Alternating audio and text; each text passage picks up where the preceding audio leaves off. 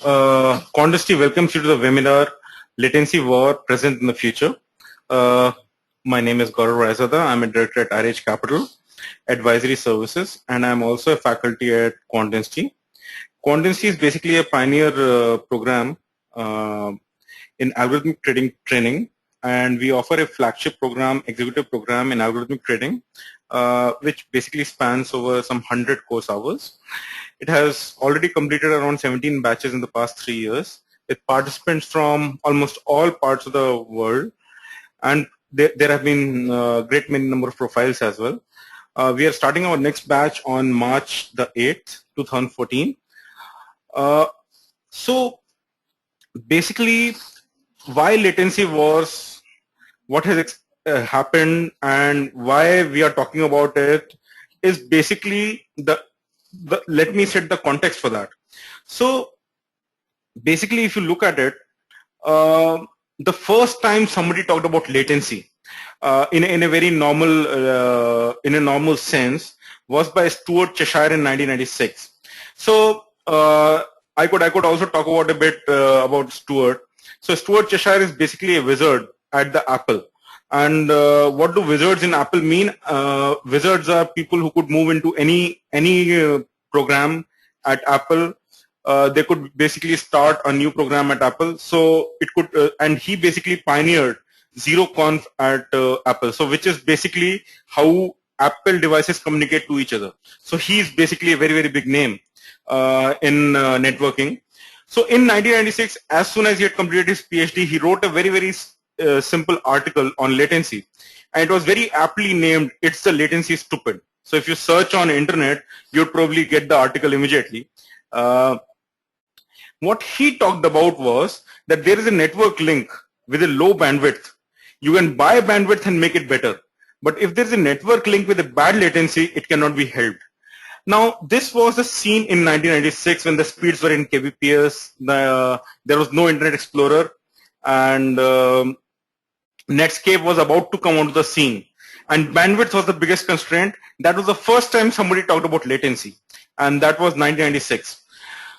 Now, what latency and bandwidth, these two terms are interchangeably used in normal discourse, but it is essentially a case of bad terminology. It's a misnomer. Basically, if you are so I hope you guys, all of you guys, can listen to me. Okay, so let's say that there is a Boeing 747 and a Boeing 737, and both of them can fly at the same speed. The only difference between the two being that 747 is basically can carry 3 times more passengers than 737. So that means let's say Boeing 747 can carry 500 passengers and a Boeing 737 can carry, let's say, 150 passengers. Now, if you want to go from New York to London, they both will take same amount of time, okay, because they have the same speed. However, if you want to get to London quickly, then you could take the Concorde, which does not fly anymore, but probably it travels at double the speed of a Boeing aircraft. Then it would essentially take you there in half a time. Okay, so that is basically latency. However, if you had to transport some 1,500 people, then a Boeing 747 could do it in 3 trips, whereas a 737 will take it 10 trips, and a Concorde, which could seat 100 passengers, could only do it in 15 trips. Okay, so that is basically the concept of bandwidth. The number of people that you have to take over a distance is basically the bandwidth, and the distance and the time taken between the 2 points is basically the latency.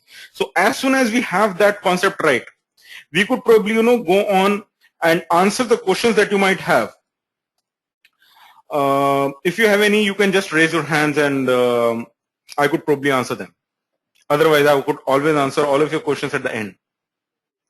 Okay, so I hope we are clear about bandwidth and latency. Okay. Now, in order to understand latency, and when we are talking about trading systems, we would essentially want to know what exactly and where exactly are we talking about latencies. Okay, so we have to first understand what is a traditional trading system, then we have to understand what an algorithmic trading system is and where the latencies can lie. So unless we understand the context of a trading system, we'll never be able to understand or fully appreciate the concept of latency. So a trading system, a traditional trading system, what it would consist of? It would need a way of reading the data that is being sent by the exchange. So a system to read data from the market, a storehouse of historical information. So it basically might want to store some historical data to take a decision. So it could probably be storing data for years, it could be storing data for milliseconds or whatever, but it needs to store some data. Okay. Then it needs a tool to analyze historical data. So what happens is that it could be some kind of a tool to analyze historical data, could be a database system or a strategy written in-house. It could be anything. And then there is a system where the trader can input his trading decisions. So the tool could be a technical trading system. It could also be a algorithmic trading system. It could be a buy and hold kind of system where you are based on fundamental value you want to trade. So it could be certain things, certain decision making, decision analysis or decision making tool. Okay. Then in a traditional trading system, there will be a system where trader can input his trading decisions either manually or mostly it will be manual. Okay. So, and then this trading system should be able to route orders to the exchange. So from the point of receiving data from the exchange to the decision making to the sending of orders to the exchange, this is essentially a traditional trading system. Okay. Now, if you look at a traditional trading system, this is how it will look like. That the exchange is sending market data. This market data is being stored in a data warehouse or some kind of a database. Then some data is basically being retrieved for an operational data store, which essentially means how much data are you going to use in your strategy. And then on the basis of this, the trader will basically take a decision whereby this will be the decision making tool of the trader that this is the trade that I want to make. Okay. And then through the order manager, the orders will be sent to the exchange. So this is essentially a traditional trading system. Okay. This could be in Indian context, it could be a NEET. In a very global context, it could be an interactive brokers trading terminal, or it could be anything that the trader uses. Okay, so in a traditional sense, this is essentially how the entire flow of information looks like, from getting the market data to storing data to basically making a decision on that data and then sending an order to the exchange. So this is essentially the traditional trading system. Okay, now we have to contrast this to the algorithmic trading system. Okay, so if you look at it, the three components that could be broken down into is the external environment, which is the exchange side. Then there is a middleware, which is basically the component handling the market data and storage of the data and so on. And then there is the trader side, which could be the application. Okay, applicationware. So this is essentially how it is. Now the middleware is mostly done on a server, which is nothing but a more competent more competent computer. Okay, so it would be able to handle much more data at much faster speed. So there is a distinction in industry between a desktop and a server. Okay, and then there is the application side, which could essentially be a PC on the or a desktop computer on the trader side. Okay, so basically the trader would essentially be involved with the application. The server would be running seamlessly in the background, and then there would be exchange connectivity. Okay, so this is essentially how a traditional trading system looks like. Now here the data operations are very simple, as in the data is coming, it is getting stored, and the trader is looking at the data and making decisions on that. So it is quite simple, and since the trader is looking at the data visually, therefore he does not really care about whether the data is coming, a lot of data is coming in, or if the data is a bit slow by milliseconds or so on, because his reaction time is also close to a second. Okay, now in 1990s there is significant shift in trading that happened, with the advent of direct market access. So DMA is nothing but direct market access, whereby a server could basically interface with an exchange. Okay, so the difference was that before that, the market data which used to come in, the trader used to look at it and send orders. Now, in the context of direct market access, what happened was that the data could come in and it could be processed by the server, and as soon as the data was processed, a certain rule will run on this data, and based on that data, the rule will make a decision whether to send orders or not send orders, or cancel orders or replace orders, and so on and on. And therefore, it could immediately do order management. Now, almost all things from the concept of market data to order management to risk management all had to be done in real time, and your systems were capable of sending millions and millions of orders. Okay, so if you look at it, in US, the volume of trades that are happening in Apple is greater than the entire volume on NSE. So that gives you the magnitude of volumes that are being generated on a single script in US, and this is very, very true. So what happened was that the number of orders that are being generated has grown over 1,000-fold in the last 10 years, and that is a very, very significant shift. So now what happens is that your systems are basically bottlenecking the trading system, the trading that is happening, and this bottlenecking is essentially what latency is known as. Okay, so we have to basically identify what is the cause of this latency and probably remove this bottleneck away or reduce the impact of it. So that is essentially what we are trying to look at. Okay, now contrasting the system architecture of a traditional trading system to an automated trading system. Now if you see, you can immediately see that the market data is still being received by the server. However, there is a complex event processing engine on the server, which basically is nothing but a pre-compiled rule which works on the market data, and this rule could be running on several market data, as in it could be running on several different scripts, or it could be on a single script, and this basically is sending orders via the order manager to the exchange. So now the application is just one-way input. It is able to just look at what is happening in the market and what are your current positions, so on and on. So if we divide them into three parts, earlier we had a lot of operation on the application side, but now we have nothing, hardly anything except for the application view on the application side. So there is no computation that is happening on the desktop or the PC. Okay, now the server is receiving market data from the exchange. It is doing the complex event processing. Now there could be several mathematical calculations that you might want to do, especially if you are doing high frequency trading, especially if you are doing some kind of options. Then you would want to calculate Greeks, you would want to calculate a lot of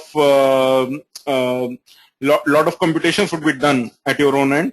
But this would essentially be done on the server itself, because desktops cannot handle these kind of computations well.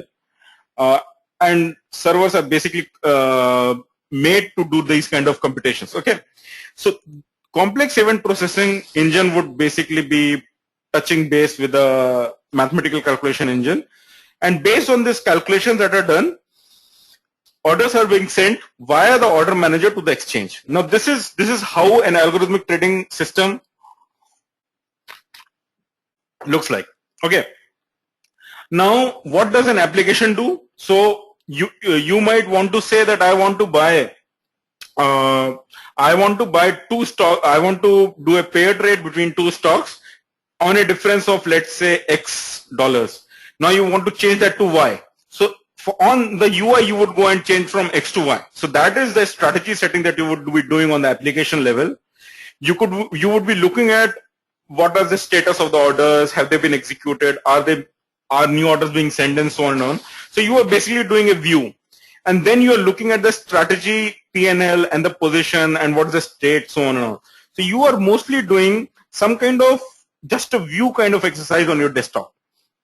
Okay, now there would be risk management checks as well. So you would probably want to change the risk management limits and so on and on through the application that you have.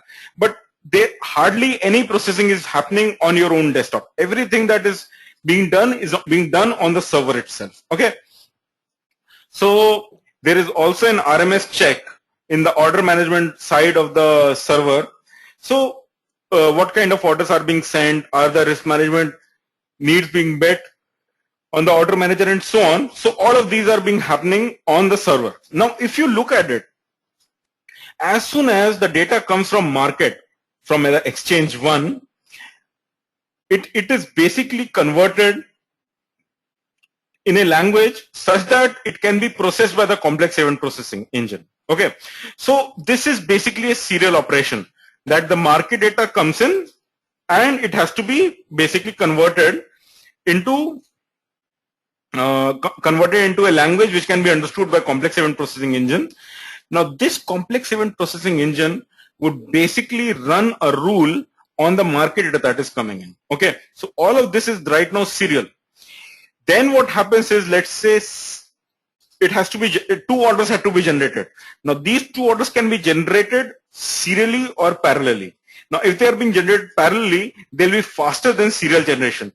So there would be a significant latency reduction if these can be done parallelly. Okay. Now all of these things can either be done serially or parallelly. Now if you are basically connected to multiple exchanges, that is when the power of parallelism will come in. So you are connected to one exchange, market data is coming in one stream, you can only decrypt that data and send it to the strategy. However, if there are two exchanges which are sending data, then both of them have to be decrypted. And if they both have to be decrypted, so it would essentially be like, one second, let me draw a visual for you.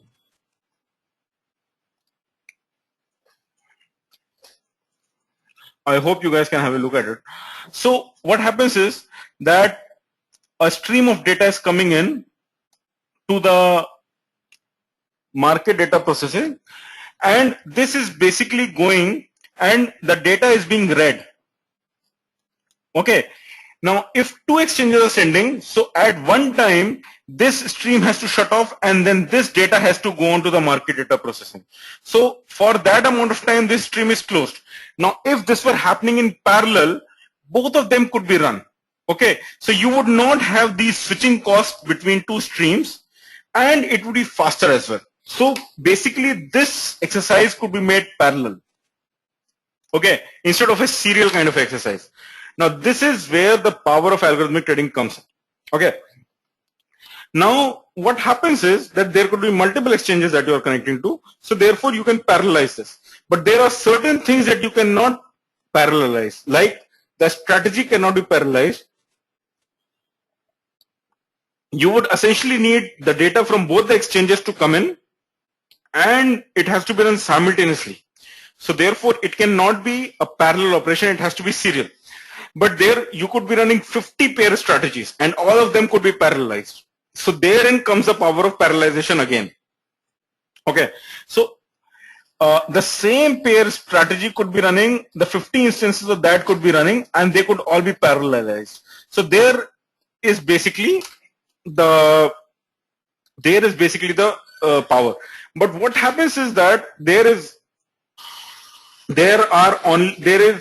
only so many operations that the computer can do at one time. Okay, so let's say that you are running 50 processes and your computer or your server has only a 4-core CPU, which means it can run only 4 operations at a given time parallelly.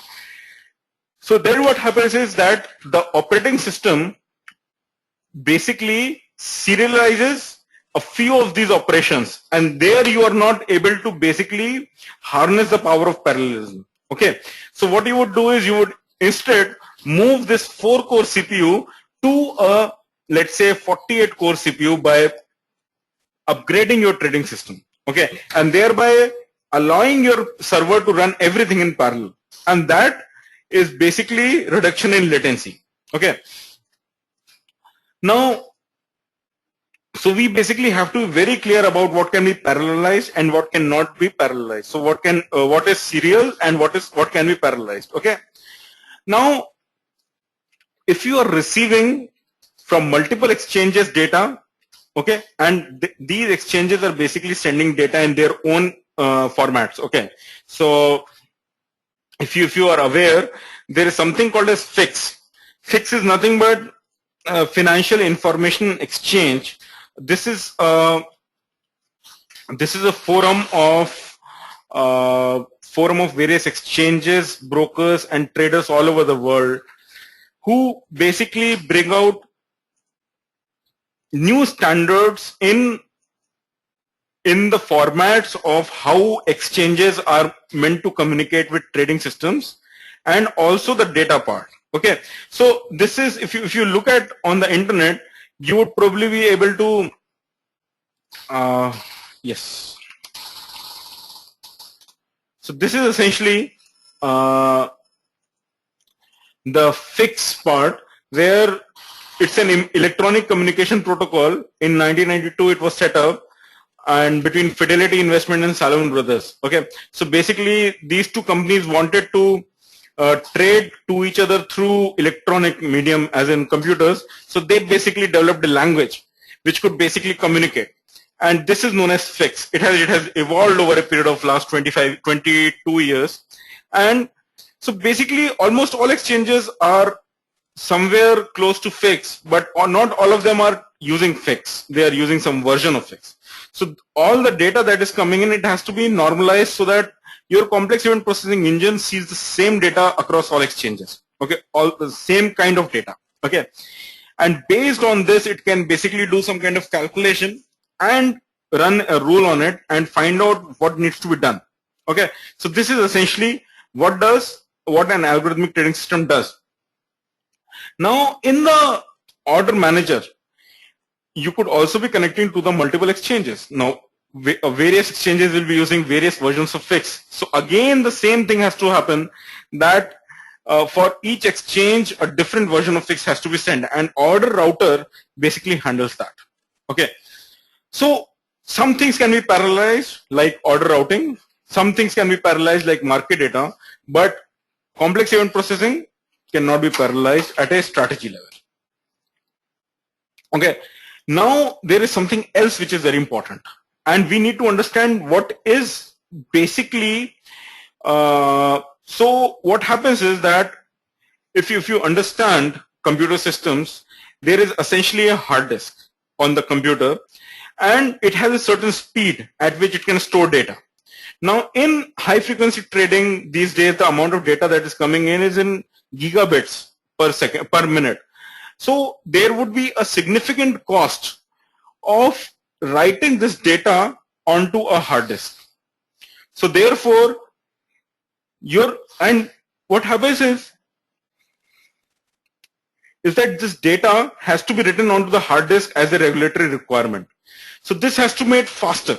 Now it could be written synchronously, as in it can be written at the same time.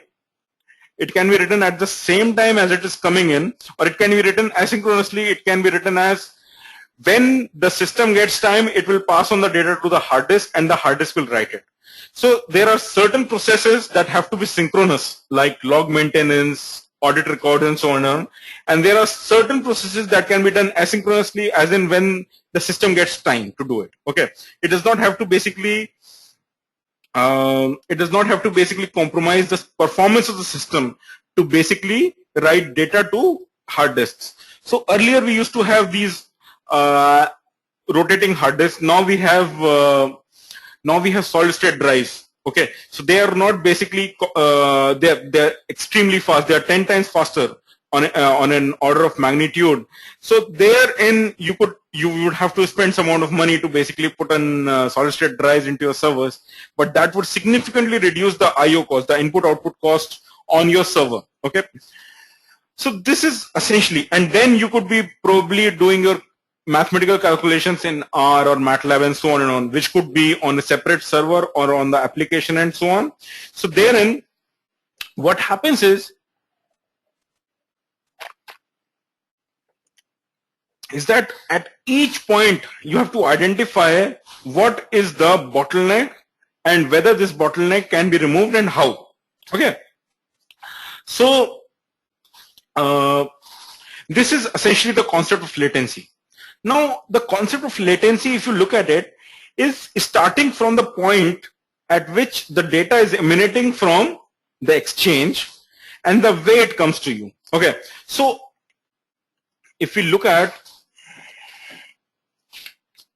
so it works something like this, that there is an exchange which is sending data. Now, this could be sent to you over a lease line, and probably you are sitting 100 kilometers away, so it will take 10 milliseconds for the data to reach you. Or you could be sitting in a co-location where it is taking less than 1 millisecond for the data to reach you. Okay, now the data comes to you in 10 milliseconds. Your system takes, let's say, 1 millisecond to basically parse the data, run the strategy. Then it again takes 10 milliseconds to send orders to the exchange. So hereby, from the point of the data transmission to the point your order reaches the exchange, you have taken 21 milliseconds. This is your trading latency. From tick to trade latency. Okay, a tick is generated on the exchange and a trade is sent back to it, is known as the tick to trade latency. Okay, this is a terminology which is used in the markets. Now, versus a scenario where your server is sitting in the colo, which is 1 millisecond away from the exchange, here you are taking only 3 milliseconds. So 1 millisecond is being taken by your server, 1 millisecond the data takes from the exchange to the colo, and from the colo server to the exchange it takes 1 millisecond again. So in total 3 milliseconds you are basically reaching the exchange back with the, so your tick to trade latency is 3 milliseconds. Now in case you want to be very, very fast because you want to get the trade first, you would want to sit as close to the exchange as possible. Okay, now so if you look at it, the person or the trading system with 21 millisecond latency versus a trading system with 3 millisecond latency, usually the server with if they were running the same strategy, the server with 3 millisecond latency would obviously have a better PNL because it is always able to capture the trades that it wants to capture. Okay, so therein lies the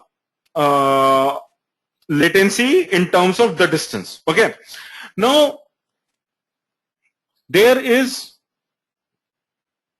are two servers in colo.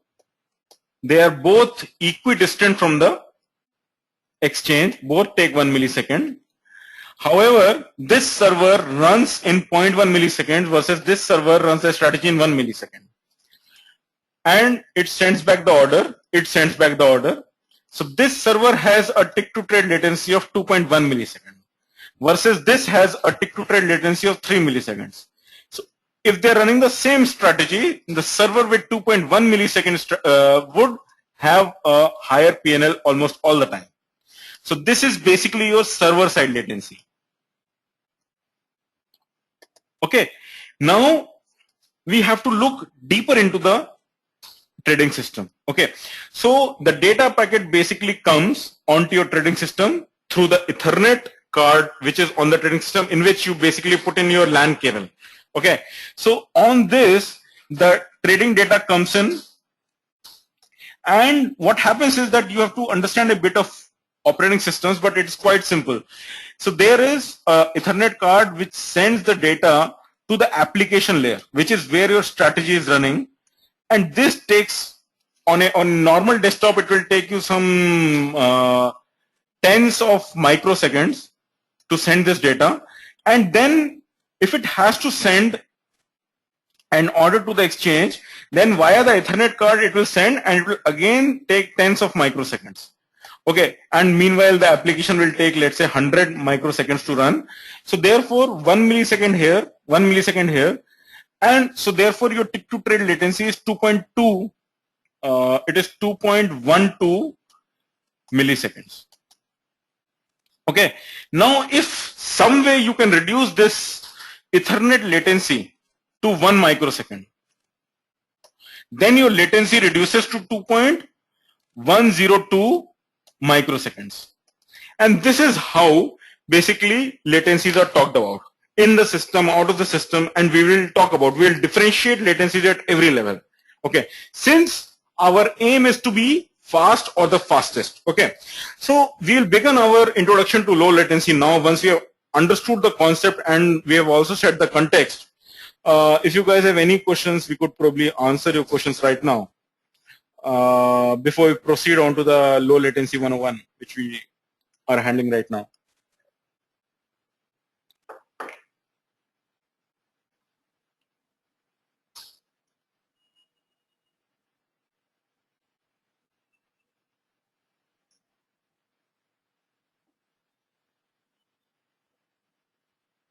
Okay, so we move ahead and we start onto the low latency part.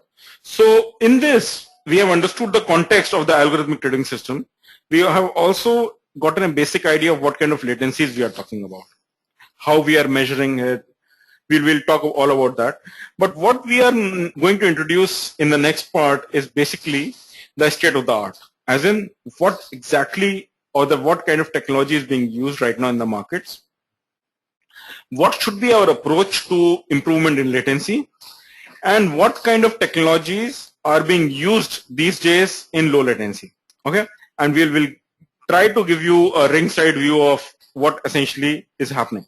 Okay, now why aim for low latency, or probably should you aim for the lowest latency? Okay, now let's say that there are 10 trading systems which are equally fast and equidistant from the exchange. So all of them would be, so if there is a pie, they will all be getting nearly equal share from the pie.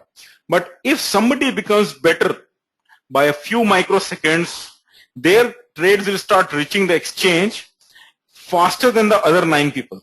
Okay, so if there are 10 and one of them becomes a bit faster, their trades would start reaching the market first, and thereby they would be making a much bigger portion of the pie. Okay, so what happens is that the other 9 people, their share starts to reduce. Okay, now what happens is that in order to remain competitive in this market, you have to keep yourself within the top players in the market, especially in the lower latency segment, and therefore the competition is basically to be as fast as possible. Okay, if you are the fastest, you will take home the biggest share in the market. Now, does your strategy really need low latency? That is probably the most important question. So if you are doing some kind of technical based trading, if you are doing some kind of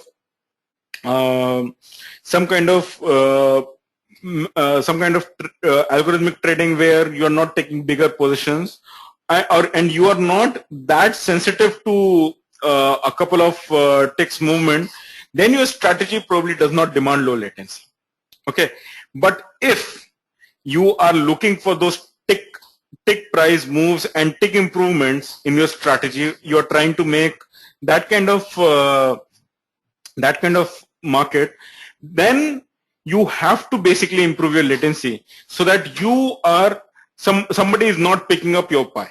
Okay, now in case somebody has invested in colocation, okay, and is nearly among the fastest in the market, he has already invested significant capital by going for colocation, but it can all go waste if correct technology is not identified and implemented in terms of servers, in terms of trading strategies and so on. So therefore what is needed is that even if somebody is invested into colocations and all, they have to identify what is the correct technology and what is the correct hardware and software implementation. Okay, now the problem is that although the concept of latency is easy to understand, you understand that it is the amount of time it is taking from the tick which is generated on the exchange to the trade that is being sent from your trading system, it is extremely difficult to quantify. How do you know if you are the fastest? Very, very difficult to say because there are millions of people trading in the market. You will never be able to say who is the fastest in the market because you don't know and they won't tell. Okay, so essentially it's quite a difficult thing for anybody. It is quite a difficult thing for anybody to quantify. So although the concept of latency is easy to understand, it is very, very difficult to quantify. Now, it also makes a sense to understand that low latency systems, since they are state of the art, they cost a lot more than a normal trading server and so on. So you should, you might invest millions of dollars into it, but you should basically identify whether your strategy will be able to make that much of an investment, and if you invest that much, will it make a return on that investment? So this is basically is the problem. Whether am I going to invest $50,000 on this, and will my strategy make this 50,000 probably over a couple of months? If it does, then it makes a great deal of sense to basically invest this. But if your strategy makes 10,000 over the next 1 year, then it really makes no sense for you to invest $50,000 on a specific piece of server or something like that. So that is basically the question. The quantification of latency and the amount of improvement in your return that will provide you is basically what you are interested in, and that is basically the question. Okay. Now, this is just a very brief idea. It's a 2009 number from City Hub. Low frequency alpha trading strategies, mostly pair trading and so on, their latencies from tick to trade are essentially hundreds of milliseconds, so 100 milliseconds and so on. Now, if somebody is making market making and so on and on, then they are within 10 millisecond range. If people are doing pricing and all, they are doing high frequency trading, then it is around milliseconds. Okay. But if you are doing latency arbitrage, which is essentially picking off the same stock between two exchanges, then you are talking about less than milliseconds. You're talking in terms of microseconds. Okay. So that is basically how, so you can basically choose what is the current context of latency in your zone of strategy. Okay. Now, if you are doing some kind of a low frequency alpha trading, you would want to be somewhere around tens of milliseconds, and that would be significantly good. Okay. You really don't need to go for microsecond kind of a latency because it really doesn't matter. But if you are doing latency arbitrage, you cannot do with milliseconds because other people in the market, they are already microseconds apart. Okay. So you would essentially want to go to that microsecond level if you want to do latency arbitrage, and you would want to invest significant amount of money into technology as well. Now we have to understand what the current markets are. Okay.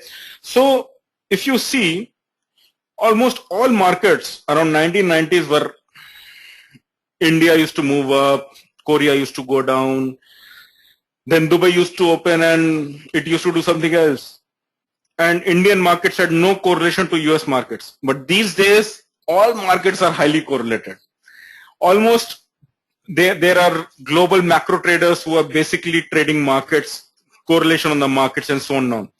So the markets are highly synchronized. The number of the amount of volume and the number of trades have increased 1,000-fold. Okay, and earlier, when in 1990s 10 orders would probably result in one trade, these days there are thousands of orders and only one trade happens. So the number of orders per trade has increased drastically. So that means millions and millions of orders are being generated per second. So therefore, the scene has significantly changed in the last 20 years. Okay. And what essentially you want to do is you want to increase the throughput and decrease the latency. And these are at loggerheads. It means to say that you want to push in more and more of production, and you also want to reduce the production time. Okay. So it basically is a problem in itself. Now, the other problem is that the technology has changed, but not fast enough. If you look at it, In 1990s, we were talking about megahertz. These days, we are talking about gigahertz. In 1992, when I was first exposed to computers, my computer was Commodore, I think, and it was 33 megahertz. In 1999, my computer was a 733 megahertz Pentium 3, I think. Today, my computer is a 3.46 gigahertz Xeon 5690. But Moore's law says, the Gordon-Moore law says, is that the computational ability of processors would double every 5 years or so. But this has not happened because since 2007, the frequency of the CPUs is not getting faster. It is stable. What Intel and AMD and other companies are doing are they're adding cores to the CPUs. Okay, so they are not able to make the CPUs faster. They are only able to add more and more cores. Okay, but if your strategy is serial, it will not benefit. If your strategy is parallel, it will benefit, but you could have added more and more CPUs. Okay, so now what is happening is that they are not able to increase the CPU speed. They are only able to add throughput onto the CPU. Okay, so the Moore's law, the famous Moore's law, is failing now. Okay, so there is a problem that technology at a certain level is beginning, is basically asymptotically the edge on the technology is decreasing, and therefore people are looking for various other things other than the CPU to make things faster. Because if you can be faster, then what makes sense is that your strategy will making much more money. Okay, if you it's just a fact actually, but IBM has recently brought out PowerPC CPUs, which basically run on 4.4 to 4.8 gigahertz. They are the fastest processors right now, but for them to run, there is only one version of an OS, which is a Power Linux, which is available, and very few programmers are using it. I hardly know of companies other than high frequency trading companies which are using PowerPC, which are using these CPUs which are of higher frequency. So only where it gives you an edge, people will basically invest hundreds and hundreds of $1,000s. Okay, so only high frequency trading firms are basically using these PowerPCs. You could have a look at IBM website and check out what kind of CPUs they are bringing out. Okay, but these are very niche. Okay, now what we need to understand is that if there are too many transactions that are happening, okay, and this is also from IBM website itself, it tells you that if the amount of data that is traveling through the server keeps on increasing, your response time will keep on increasing, which is a very simple thing to understand. See, it's like a queue. So let's try to understand it from a perspective of McDonald's or probably KFC kiosk. A McDonald's guy can service a order in 1 minute.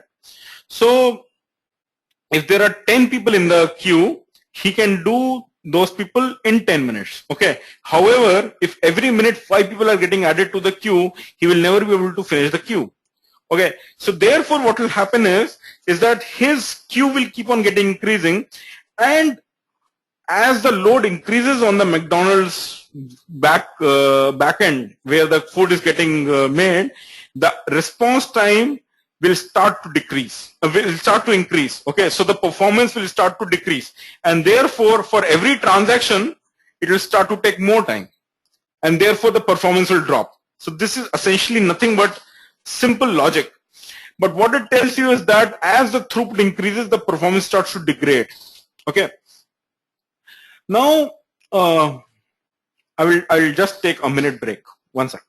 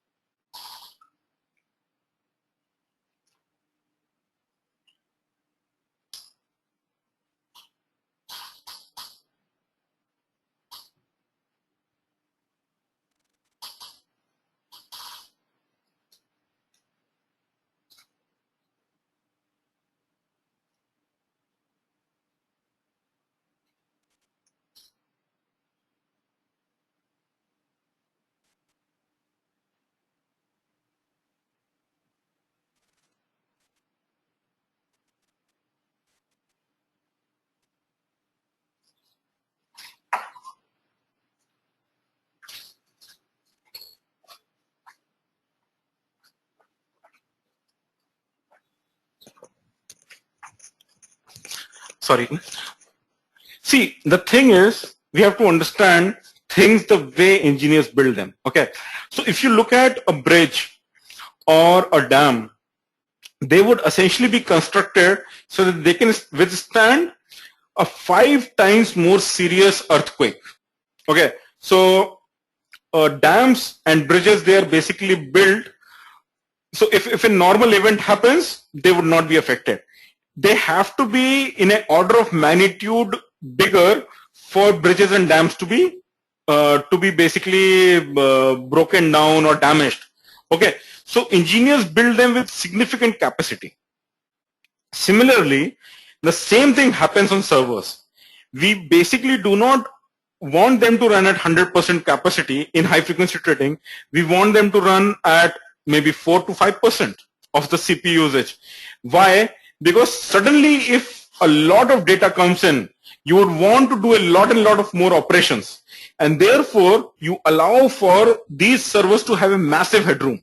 Okay, like 1:10 kind of things, that if it has to process one data and suddenly it has to process 10 amounts of data in the same amount of time, it is able to do it without performance degradation. Okay, so this is what your HFT system or your trading system should be able to handle. Now, all of this headroom has to be given to it in all of its resources. So if your CPU is slow, everything else will be slower. So your entire system will be slowed down by the CPU. But if your CPU is faster and the amount of RAM that your system has is less, then what it have to do is it will have to pass the data onto the hard drive, and this is known as swapping. And this is a very costly operation, so you would never want sloppiness or swapping happening on your trading system. Okay, so your memory has to be sufficiently big enough to handle all the data. And similarly with disk transfers, your network, if you are basically transferring a movie from one of your trading servers to another, it would probably clog the entire network, and you would never want this to happen on your trading system.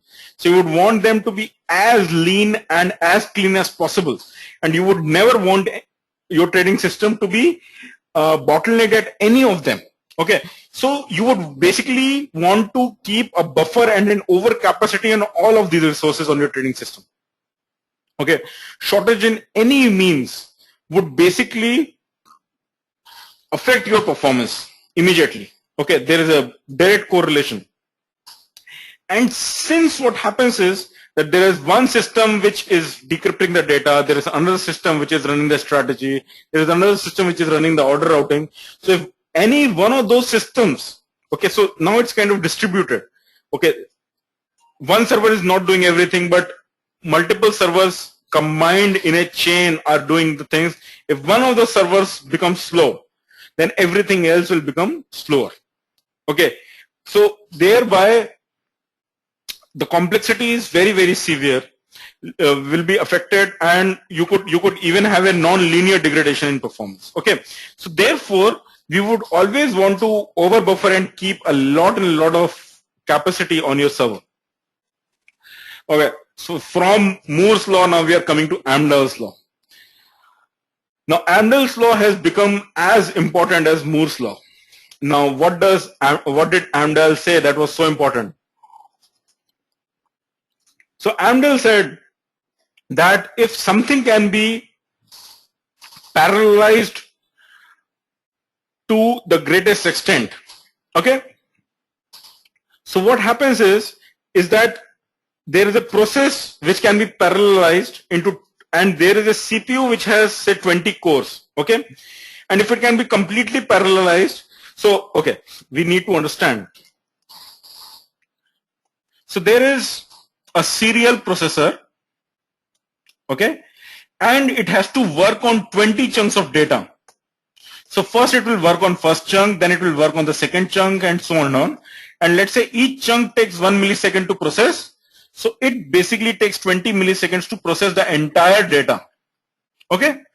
Now if I had a parallel processor and this operation can be parallelized to the highest extent, so all of them will happen at the same time.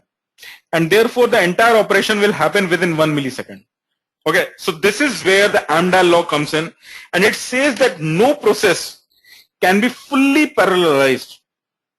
They can be partially parallelized. Okay, so if your process can be parallelized with 50% efficiency, then increasing the number of cores or the number of processors would not significantly affect your performance. Okay, if it can be increased, if your parallelism can be increased significantly, then the addition of number of servers will improve your performance. But there is only a certain number of, there is only so much that the performance can improve. Okay, so that is essentially what Amdahls law is saying. And since our CPUs have stopped becoming faster and the number of cores that are being added onto it are being increased, therefore Amdahls law is now what is most important. And all these companies, Microsoft, Linux, Red Hat Linux, and all of these companies are looking to basically parallelize the systems and make them faster so that they can take improvement from the number of cores that are available on the system. Okay. Now this was the CPU. Okay, if your CPU is faster, if it can be parallelized, and so on. Now, the other thing is that what happens when you are basically sending a 500 byte packet on a 10 Mbps Ethernet card. Okay, so if you look at your laptop or your desktop, you would have either a 100 Mbps Ethernet card or a 1 Gbps data card. So if you're sending 500 bytes, it will take some 56 microseconds for this data to go through a 100 Mbps. Okay. However, if you have a 10 Gbps data Ethernet card, it will take 1/100th of that data time and it will go through immediately, which is like less than 1 microsecond. Okay. Now, if this number becomes important when we are talking about the amount of data that is coming in is in orders of gigabits per minute or megabytes per minute. Okay, then what will happen is that the network data will start to basically queue up on your trading system at the network level, and you will have data loss, and your trading system will become slow, and so on and on.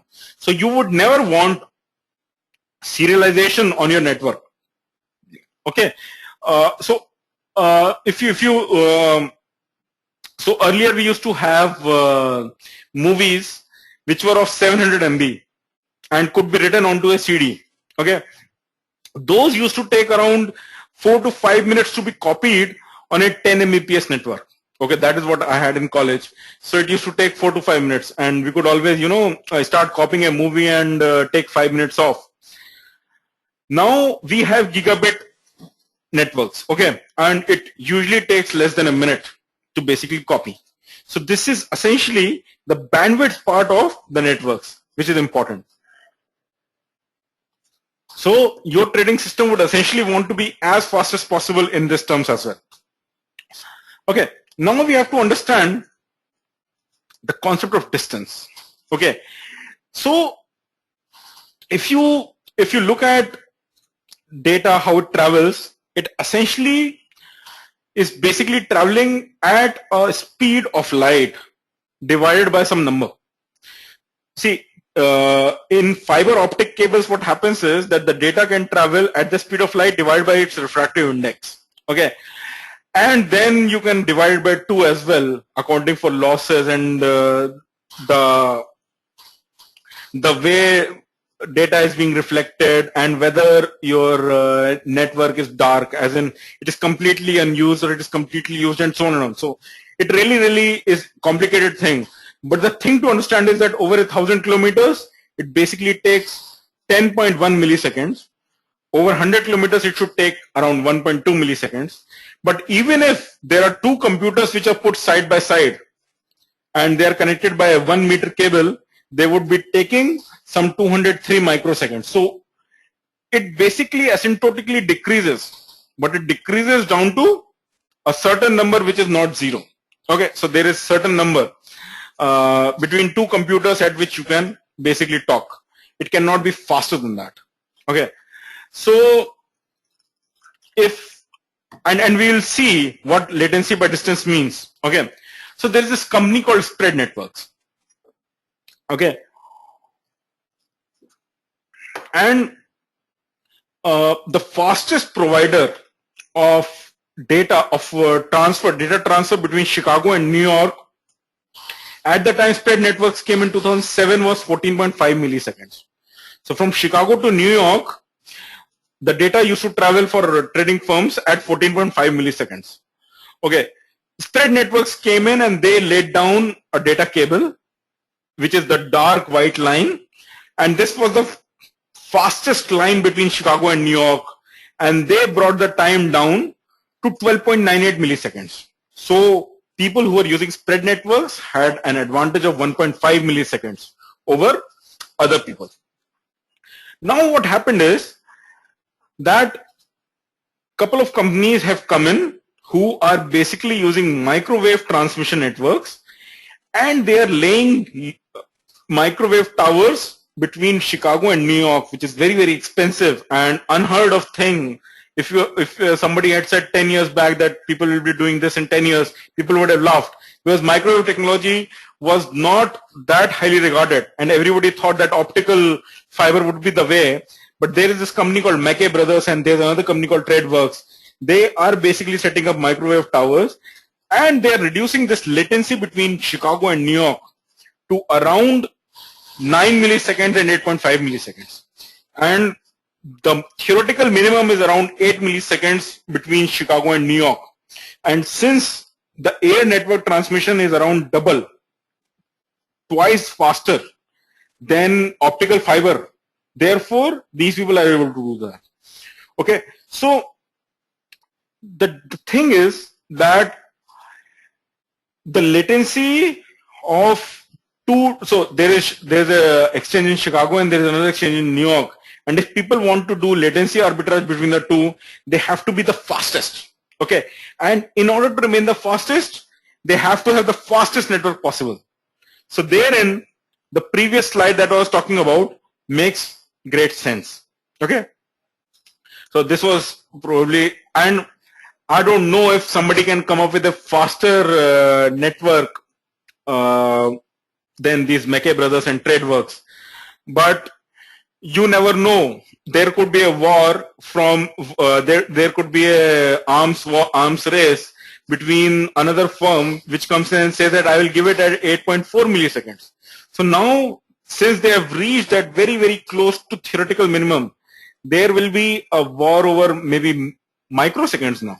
Okay, so that is how it essentially happens. Now there is another thing that people are talking about. Okay, so if you look at network, okay, data is coming in. So I have got a 1 Gbps network card, Ethernet card on my trading system, and I am only getting 1 Mbps data. So 1 megabit per second I am getting. So which is like 1/1000th of the capacity of my network card. So I think that everything should be very, very smooth. Everything should be working very fine. So every second I calculate how much data I am getting, and I see that it is around some 20 MB, and therefore it is 50 times lower than the capacity, so it should be fine. But once you start looking at the millisecond level data, what happens is, and this is especially true in synchronized trading, is that almost all the data, they come together. Okay, so if something happens on a stock in an exchange, a lot of people will be now sending data. They'll be sending orders and so on, and a lot of data will be generated. So immediately in 1 millisecond, you will receive data that you would have that you think you would receive in 1 second. Okay, so if I could do a simple example, let's say I'm getting 20 Mbps data from the exchange. Okay, my capacity is 1000 Mbps. Okay, now what happens is that in 1 millisecond I receive the data which I should have gotten in 1 second. Okay, so now my equivalent data is 20 Gbps or 20 times what I've allocated for myself. Okay, so now on my network card, what will happen is that the data will get serialized. They will all wait in a line to get into the trading system.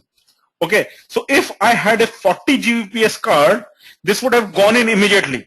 But if I have a 1 Gbps card, it is now all serialized. So all the trading will be slowed down to milliseconds. Okay, this is the concept of microburst. And maybe 6-7 years back, Cisco, which is one of the leading network appliances company, they have come up with this concept of microbursts. Basically what is happening is that you are getting serialized. You do not have any problem at a macro level, but at a micro level you have a very big problem. I can give you another analogy to this, is that let's say that in 1 hour I receive 1,000 people in my let's say I'm at an amusement park, so 1,000 people per hour come on an average to the amusement park. Okay, so that means the total number of people, let's say they came, 10,000 people came over 10 hours, so 1,000 people per hour came. However, if you look at it, the number of people coming in the amusement park in the morning would be significantly higher. So maybe 8,000 of those people came in the first hour of the amusement park opening. But I had looked at the average numbers. So I had allocated, so I had made only 10 doors for them to be accommodated. Okay, so I thought that every hour 1,000 people will come. If I have 10 doors, therefore 100 people will have to come per hour through each door. And you say that, okay, the wait time for everybody would be less than 1 minute, around 1 minute, so that is okay. But if 8,000 people come in, then you would have a waiting time of, let's say, 10 minutes per person. So therefore you have to over provide for accounting for seasonality. Okay, that most people come in the morning, so therefore you have to basically take it into consideration. So same thing happens in terms of network adapters, that you have to basically overachieve or provide for additional capacity on your network cards. Okay. There is another company called Corvil, which basically works on network analysis for high frequency firms. And they say that there is this feed which is coming in from exchange, and we need to identify what bandwidth is needed to protect 99.99% of the packets from loss of no more than hundreds microseconds of latency. Okay, so this is the kind of exercise which is being done by high frequency trading firms in terms of networks. Okay, so what they are talking about is that if I basically chart out how many microseconds does a packet have to wait for on the network adapter, they say that it should be something like this. Only 0.001% of the data should be waiting for more than 100 microseconds. But if you look at a normal adapter, you would see that something like this would happen. That on an average it is 100, but there is significant amount of time that data remains stuck at the network adapters for hundreds of microseconds. So here your mean would be somewhere around 10 microseconds instead, so that 99.99% of the data does not remain at your network adapter for hundreds of microseconds. So this is the kind of exercise that people do these days. Now this is basically an extract from BATS. So BATS is an exchange in US, and they basically tell that we have 4 different kinds of market feeds. So there's a multicast, so there are 4 ways they send data. Okay, there's a multicast page, there's a TCP page, there's a TCP fast page, and there's a top. Okay, so basically if you read, they will tell that you should allocate at least a minimum of 1 Gbps per multicast pitch feed. and 100 Mbps per multicast pitch WAN shaped feed, which essentially means is that they are sending in a lot and lot of data in TCP fast pitch. Okay, the fastest is the multicast pitch, where they are sending 382 Mbps of data, which is humongous. And if you look at this, then if you are using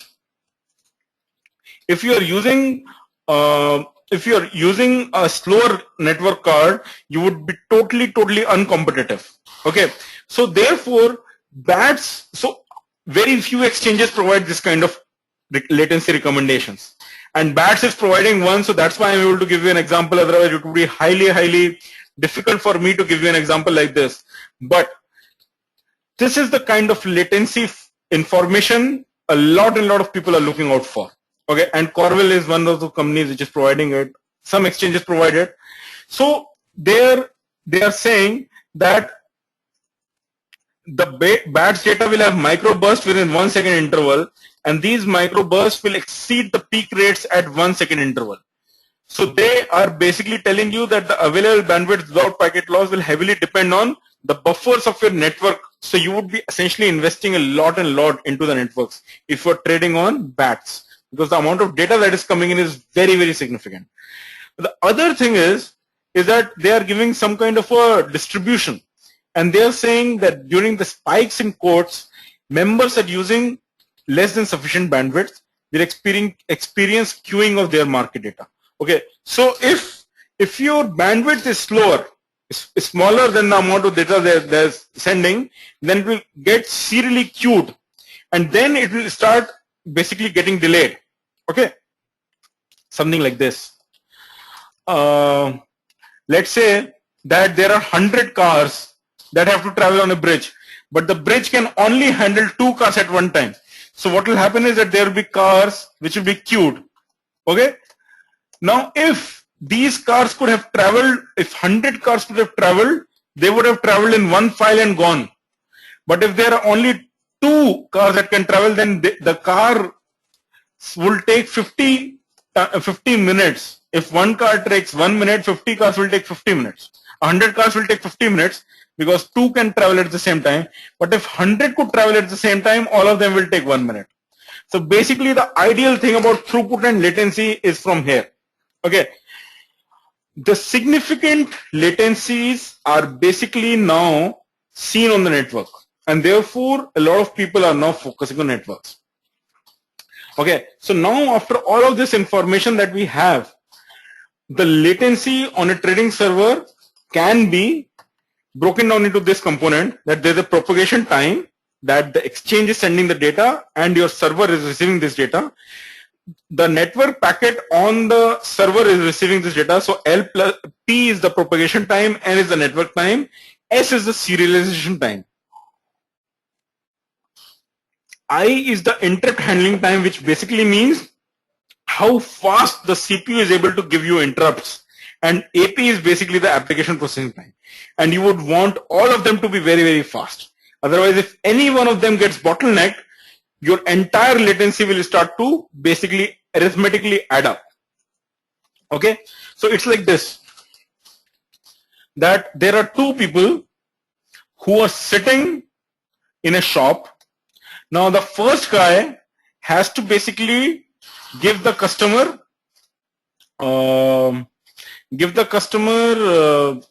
you can call it, okay, so you can say that there is a food counter. The first guy basically gives you appetizers, and the second guy gives you, let's say, soup. Okay, now the appetizer guy can service 1 person per minute, and the soup guy can service 5 people per minute. Okay, but people are coming in and taking the appetizer first. So when the appetizer guy gives the soup, gives the appetizer, then only can he move to the soup counter, the other guy. So what happens is that although the soup guy can service 5 people, he will only be getting 1 person per minute, and therefore his latency is getting basically bottlenecked by the appetizer guy. Okay, so the same thing happens, that the propagation time, the network time, the serialization time, the interrupt time, and the application processing time, all of them get added up. Okay, now if you look at it in the current scenario, what happens is that if you are moving on to extremely low latency, you have a completely different infrastructure. Okay, and the cost also increases that way. So if you look at your desktop, it would have a 100 Mbps Ethernet card. It would have Java, and you would be using some kind of a database. But if you start moving towards low latency, then you would want a GPS card. You would want a TCP tuned stack, which will essentially mean that you would have basically taken out all the things that you do not need on your TCP stack, which is how basically the network communicate. And you would want to keep everything in your memory. There is nothing that would be written onto the disk. And if you are going for ultra low frequency, then you would probably have a 10 Gbps network card, which means that 10 Gbps amount of data can come in per second. You would probably be using some kind of a exceptional TCP stack, where everything that is not needed will be removed. You would also be binding the CPU that this CPU should only be used for this task. So there would be no interrupts. You would have some kind of a low latency kernel which are available for Linux. So you would be doing some kind of a soft RT kernel, which is a real-time kernel. You would have FP scheduling, which is basically a scheduler, as in how does the OS basically pass on instructions. And you would probably not be using Java, but you will be using C++. Now, if you are going to go for the extremely low latency, which is the latency arbitrage kind of a thing, you would be using an infinity band.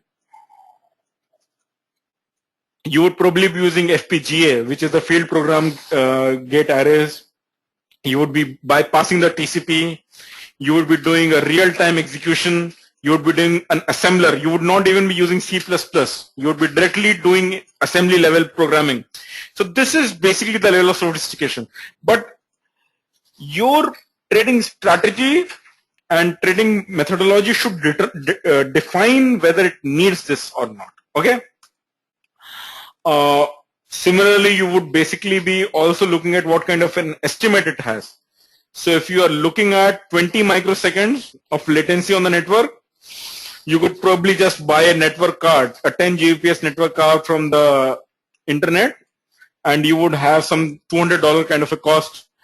If you want a low latency card and go to 5 micros on the network, you could probably install a 10 gigabit network card. It would require you to do some kind of a kernel driver installation. It would take you a couple of weeks, and the costs are low. But if you want to, get down to that sub-micro level of FPGA or ASIC, which is ASIC means that the CPU has been specifically written for that kind of a strategy, then you would need a significant amount of development effort at your own firm. It would take quite a lot of effort. So it would require 5-6 technicians, experts in that field to develop that. And it would run into hundreds of thousands of dollars to basically develop that. So there is significant amount of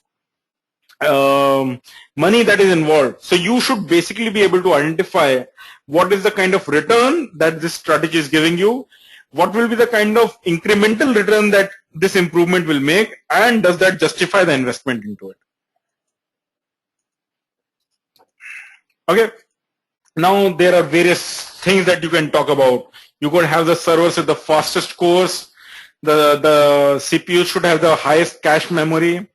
You could have operating systems with RT kernels, real-time kernels. You could have the fastest network infra from switches and routers. You could probably write an entire TCP stack. Okay. You could basically isolate the CPUs and give these to the programs in runtime. Or you could probably do a network bypass, a network stack bypass by using some kind of a network adapter. You should definitely be using solid state drives, and then you would be at OS level also be using some kind of a TCP no delay send file, and you would probably be writing lock-free codes, which essentially means that the code itself does not lock itself anywhere, so there is no lock in the code. So all of this basically boils down to, what kind of effort is essentially required if you are basically wanting to reduce latency to a certain amount of time. And if you look at it,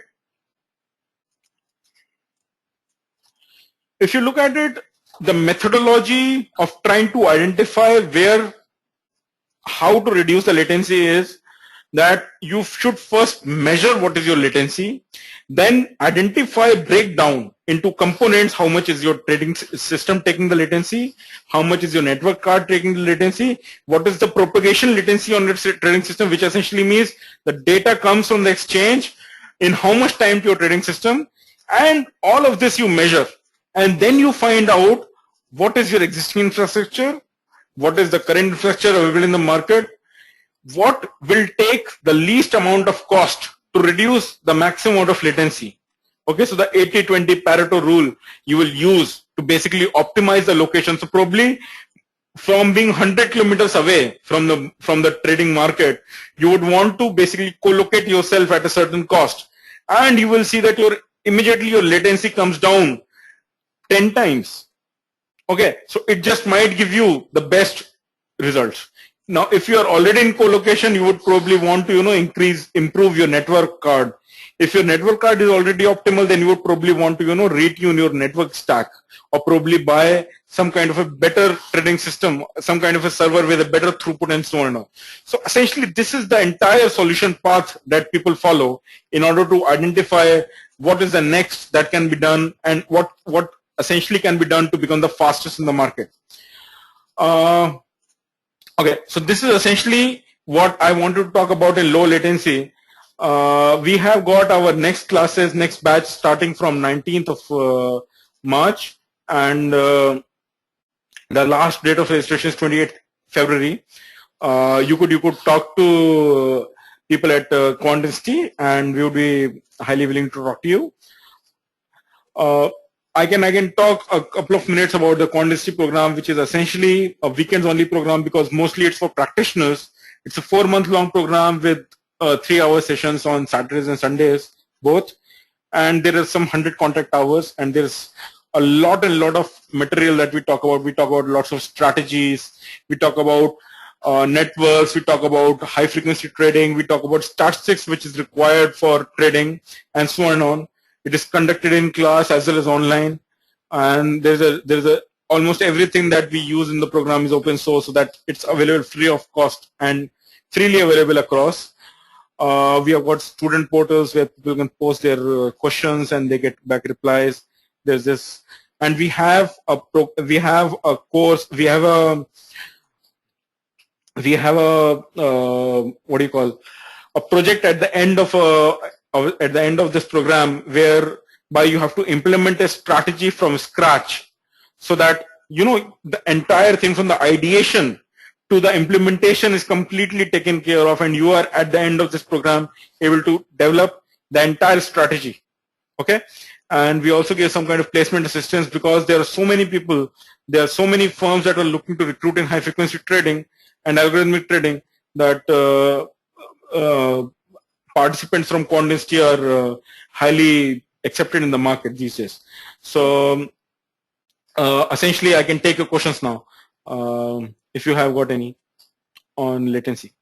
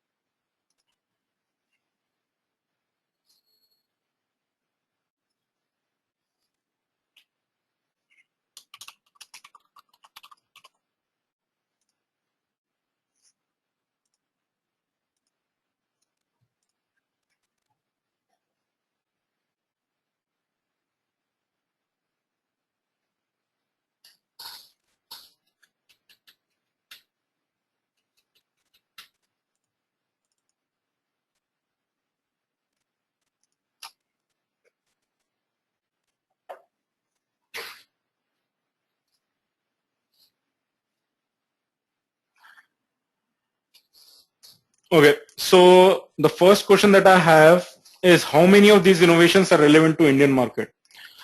Almost all of these innovations are relevant to Indian market. The Indian markets are highly contested markets, and there is significant amount of almost all the innovations that are happening anywhere in the world are immediately applied in Indian markets. So you would find people using the best of the switches costing hundreds of thousands of dollars. You would find people using the best network stacks possible. You would find people using the best servers possible in the market. So almost all of these innovations are relevant to the Indian market. But the thing is that if you see the American market, you would see that it is almost flooded. Okay. However, Indian market, only very few firms are doing this. So there is significant amount of returns that can be made if innovations are properly invested into in the Indian markets. How much impact does transition cost have vis-a-vis Indian markets for HFT strategies? See, this is a question which has been very well answered by a professor in US called Joel Hasbrook. He also has a book on market microstructure. He says that if you look at all the great fortunes that have been made, they have only been made in markets which are very wide. Okay, so if there is a market which is $1 wide, and if you can buy and sell in that market, what you will find is that you have made $1. But if you look at an American market today, where every cent is being traded for, so if you make a profitable trade, you are only able to make 1 cent. Okay, so all the great fortunes that have been made in times when these markets are new and young and they are wide. Okay, that means they might not be accessible or accessed by a lot of people. That is when you can make a great amount of money. Even though the transaction costs are greater in Indian markets, you will find that the returns that are being made by Indian firms, or the firms that are trading in India, are significantly. So if you see, Getco came to India a couple of years back. Okay, Getco is one of the biggest trading firms, algorithmic trading firms in the world. Since US markets were so competitive, they recently came to India. So why are they coming to India if they were not making profits? Even though the transaction costs are high for them as well, is because the amount of money that can be made in these markets is significant. And only when the market is not mature enough, there are not too many participants doing the same thing, that is when the money can be made.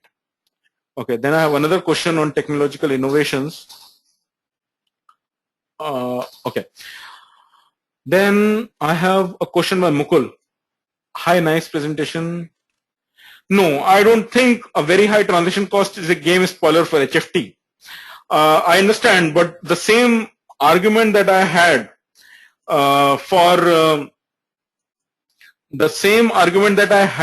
for young markets and already highly competed markets is that for the same amount of investment that you make in this market, technology investment that you make in Indian markets versus the same technological investment you make in US markets, you would have a far higher return in India than in the US markets. Okay, so basically high transaction cost is not definitely a game spoiler, because you will see that the markets are wide enough for you to make the same amount of money. Okay, especially in case of Nifty. Because there is a significant amount of volumes in this. Taranjit has a question: onload kernel bypass using any trading software. Onload itself is software. Okay, so if you have a network card which can use onload, so something like a Myrex or a Solarflare, or there are a couple of others. There's another Mellanox is another HP Mellanox. So these things can basically, reduce your trading, reduce your network latency. Definitely they can. But you could probably move on to InfiniBand, but it's a bit costlier. Rajiv Bora has a question: what is the fees of the QI course? The QI course is around 1.25 plus service tax, I guess. The some of the concepts, yes. So we basically talk about from the ideation of the strategy, as in you look at data, now you want to build a strategy on top of that. So we will talk about how to look for strategies in data. We will also talk about how to modify your trading system, how to write a strategy. In order to write a strategy, you would want to basically quantify the data. So you would want to learn about statistics. We will also handle that. We'll also handle a lot of we'll also talk about a lot of strategies. So we'll be talking about index arbitrages. We'll be talking about from a simple buy and hold. So you will be holding one share and getting rid of it, either doing a stop loss or a take profit, and you would moving on, and you would be doing some kind of stop loss or a take profit, and you would probably go to pairs trading. Then you would go on to index arbitrage. You would be doing dispersion trading. Then you would be doing some kind of a high frequency trading kind of a thing. Recently, if you have seen, interest rate future markets have come into interest rate futures have been reintroduced in India, and the transaction costs are far lower. So they also make great sense. You see that VIX futures are going to be launched next week, which is a very new thing, and I think the volatility and the volumes will be significant. So that is also something that can be looked at. So that is what we do in the program at EPAT in QuantInsti. Then there is one question I have from Ajay. I'm an options trader trading large volumes using technical parameters. Will the CPT program help develop automated trading using technical parameters? Yes. So basically, if you see, technical trading is nothing but, so all technical indicators, so RSI if you look at, or Bollinger Bands if you look at, or histograms if you look at, you're visually seeing them. Now, if you want your trading system to trade for you, you would essentially need to basically quantify that. So you would say that if RSI is greater than this number, then I want to do this. If RSI, so RSI is nothing but a variable, okay, in the trading system. And if you can calculate RSI within your trading system, your trading system can automatically trade that. You don't need to look at it visually and trade. The crucial part is that you will have to take your strategy and you will have to basically put it down into a flow chart and then basically build a code onto that. That is what essentially algorithmic trading is all about, and that is what QuantInsti basically deals with. Yes, it will help you develop algorithmic trading using technical strategies, technical parameters, or probably fundamentals, or it totally depends. It totally depends. Thank you, Ajay. I hope everybody could listen to the answers. Any other questions, please?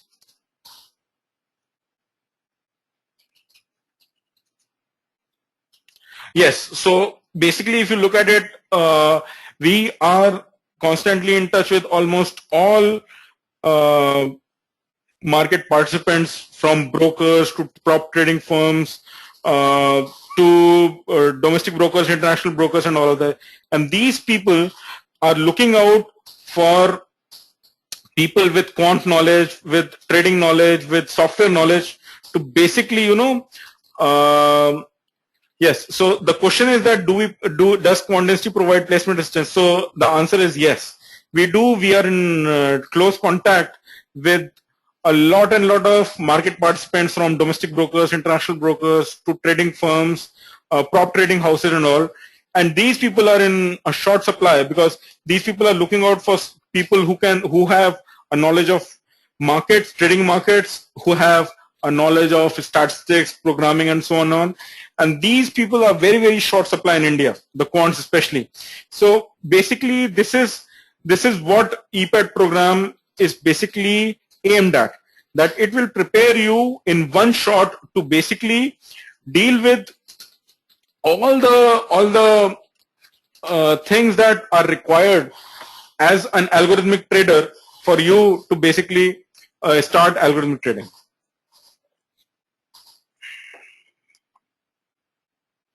Any other questions?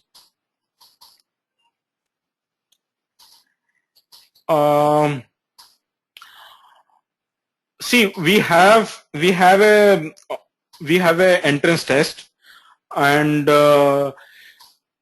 we basically do this because the material that we are teaching in this course requires a certain amount of base.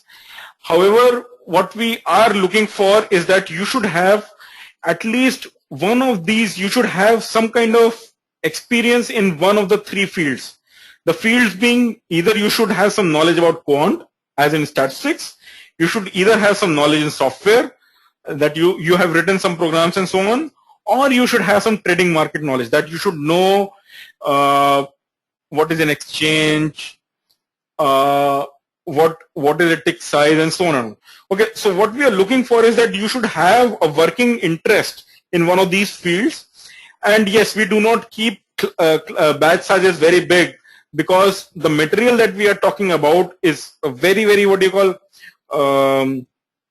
it's a kind of a very specialized kind of material. So unless and until we are able to give very close attention to the participants, their objectives are not going to be met. So therefore we keep a certain kind of a soft cap, that we will not have more than say 12 people in a class or 15 people in a class. The max to max that we have gone is 20. But it's a very small class, and we do in class and online, and these videos, the classes are also recorded and they are also made available to participants. There is significant amount of material, so we make books also available, so that there is availability for participants to communicate with the faculty directly as well. And if somebody registers before 28th Feb, I think there is a certain amount of early bird discount as well. I'm not sure about that, but that you will have to talk to, since I'm just a faculty, you will have to talk to the sales team at QuantInsti for this. Any other questions, please? Okay, so I hope you all had a great time listening to the latency session. And if you have any questions, you can basically email us to at the QuantInsti contact email ID, and we'll get back to you. Thank you.